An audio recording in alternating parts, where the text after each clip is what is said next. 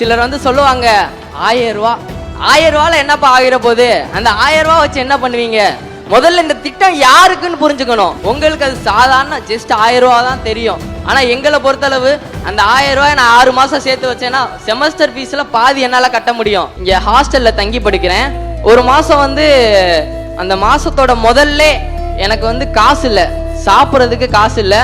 திடீர்னு போனை பார்க்குறேன், அன்பு மகனுக்கு தமிழ் புதல்வன் திட்டத்தின் கீழ் 1000 ரூபாய் உங்கள் வங்கி கணக்கில் செலுத்தப்பட்டுள்ளது அப்படின்றப்போ அந்த 1000 ரூபாய் வச்சு நான் 10 நாள் சாப்பிடுவேங்க. அவ்வளவுதான். இப்போ வந்து ஹாஸ்டல்ல படிக்கிற பையனுக்கு தான் தெரியும் அந்த 1000 ரூபாயோட மதிப்பு என்னன்னு. நீங்க ஈஸியா சொல்லிட்டு போயிடலாம், 1000 ரூபாய் 1000 ரூபாய் 1000 ரூபாயில என்ன ஆயிர போகுது அப்படின்னு சொல்லிட்டு. கஷ்டப்பட்டு எப்படியோ காடு மேடெல்லாம் தாண்டி இங்க வந்து படிக்கிறப்போ, என்னப்பா உனக்கு பிரச்சனை, உனக்கு அப்பா செலவுக்கு மாசம் 1000 ரூபா நான் போறேன், நீ படிடா, நீ படிக்கிறத மட்டும் பாரு, படி படி படி, மீதி எல்லாம் நான் பாத்துக்கிறேன் அப்படின்னு சொன்னேன்.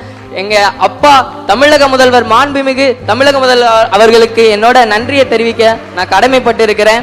மீண்டும் ஒரு முறை நான் தீபன் ராஜ் மட்டும் இல்லாமல் இந்த தமிழ் புதல்வன் திட்டத்தின் கீழ் பயனடையும் லட்சக்கணக்கான மாணவர்களோட பிரதிநிதியா மீண்டும் ஒரு முறை நன்றி நன்றி நன்றி அப்பா.